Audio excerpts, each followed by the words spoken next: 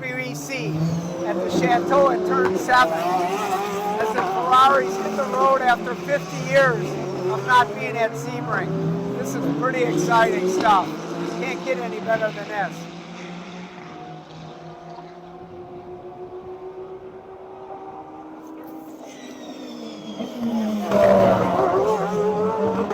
And welcome to another edition of the Traction Reaction Podcast. We got fallout from Sebring, the 12 hours, and also the WEC 1,000 miler. Eddie LePine is reporting in from Orlando. And wow, what a finish to the 12 hours of Sebring.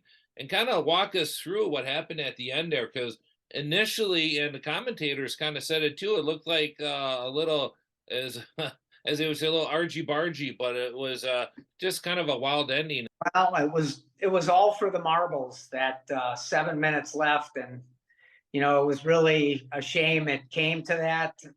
It was a racing incident. You go back to having a caution, and you go green, and there's 7 minutes left, and it's like it's a green-white checkered in NASCAR. And everybody's taking a chance. And Albuquerque thought he had a hole there.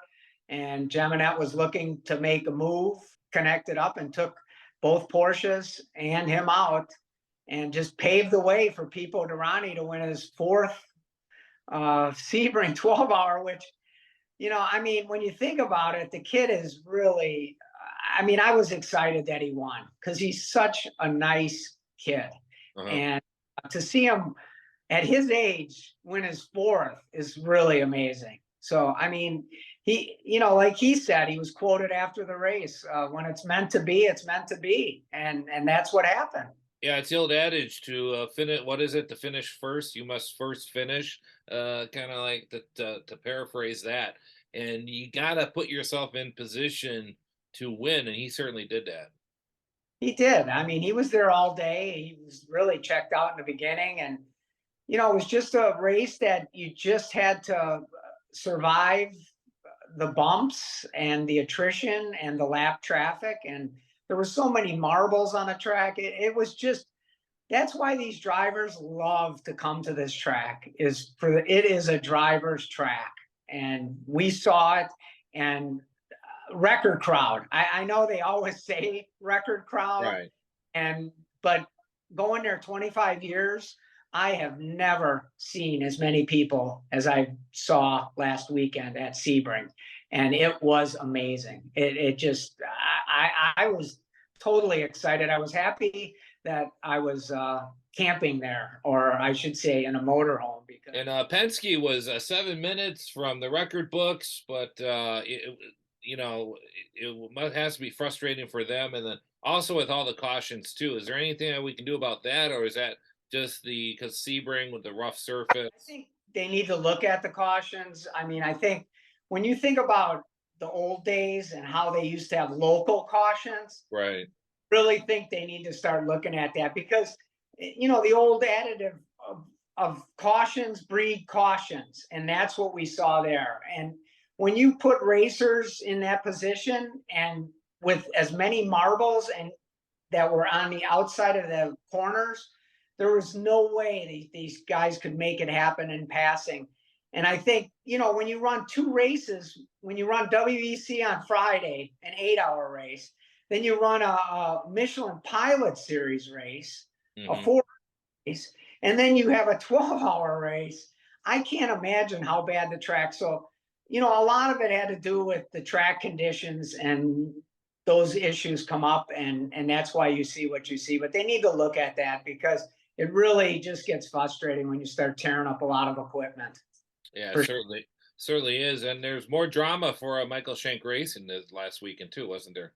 Wow. I'll tell you, we've had Michael Shank on the radio show, and he's been a guest, and he's such a great guy. I've known him, but I'll tell you, I've never seen him. He was walking with his head down and a hat on, and I've never seen him wear a hat at the track like that, getting caught cheating, basically. And it was the talk of the paddock and pit lane. The sad situation, because I think there's going to be more ramifications coming down the road for him. Well, yeah, I mean, we've seen this in other series where people or teams have gotten busted, especially in Formula One. You had the situation with Michael Waltrip Racing about 10 years ago, and yeah, it can get pretty sticky, and especially when there's sponsors involved too. From the corporate level, they don't like that. They don't like their name being dragged through it, and for all the pluses that happens with victories and that, it's amplified on the corporate side. Good when something bad happens, it also gets amplified bad on the corporate side too. As they would say, he's in quite a tight spot. Interesting, some news coming out with the WEC maybe not returning to Sebring, and I can understand it being there last year. The WEC race was cool on a Friday, but I can kind of understand them coming, kind of playing second fiddle to the 12-hour race, but it is the 12 hours of Sebring. I mean, it's not like they're going to run it on Sunday night. I don't know what you can do. So where would they go? Would they go to another track?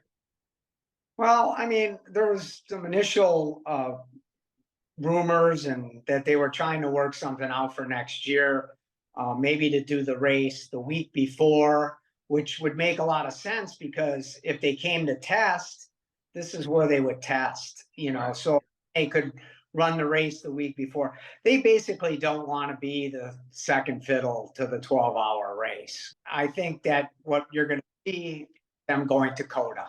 They've done that before, and the attendance isn't that great. Maybe partnering with, I think it would be good if they partnered with perhaps IndyCar. I don't think they'd be interested in partnering with NASCAR, but maybe with another series or something that might help. I, I mean, WEC is awesome, but they don't have the history in the U.S. as IMSA has. So it's going to take a few years before them to really build up that fan base for them to do a standalone race in which you really see some decent crowds. What say you, Eddie LePine? Well, I mean, when I went to Coda, when they first started running that race at Coda in Austin there, they ran both races. They tried it there with IMSA and it didn't work. And then they tried to go alone and run it as a single event and it didn't work. And the problem they're going to have is basically getting a crowd there. Well, and Dakota doesn't want to take on the responsibility either. I mean, granted, they were facing on they were really close. They were in trouble a couple years ago with that Formula One race in which it rained all 4 days. They were in deep trouble. Thankfully, with the rejuvenation of Formula One, especially in the United States, they've kind of righted the ship. But if I'm Coda, do I want to bring in the WEC with that sanctioning fee, FIA with all the scrutineering they have to do, and the track, this and that? There's a lot of money from Coda's side that they have to put forward. Unless FIA wants to step up and help them out, which I don't see that coming. I don't know if that's going to work. At Sebring in 2012 for the WEC when they Yeah. tried, and I think the problem is they really don't get the word out about that. And like you said, I think with the history of IMSA, they, the word is out. Well, People I are, mean, let's put it this way: you have 5 classes in IMSA. It's hard enough keeping track of all the classes as IMSA. You and I both have race fans. If we showed them little flashcards of an IMSA car, an IMSA GT car, and a WEC car, how many of our friends that are into racing are going to be able to tell which one's which? it's very confusing if you're not tuned into what's going Right, on and you're just turning it on. It makes no sense. I mean, and this year, the LMP3 class is going to be dropped out of IMSA. They're right. phasing, they'll be down to 4 classes next year, but they need to make it more I mean, they're very fan friendly, but they need to make it so people can understand everything about the sport. And I think that's where they miss it. Well, you need some simplifying. I think they're definitely welcome in the U.S. and I want to see them succeed. But right now, finding that, what would work out, and I'm sure they would love to have them is Indianapolis.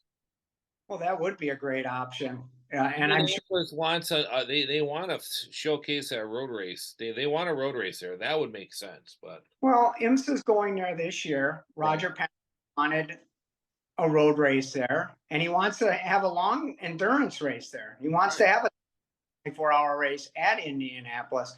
So I think the door is going to open. The big thing now that's helping WEC is Penske's racing in the WEC and Cadillac's racing in the WEC.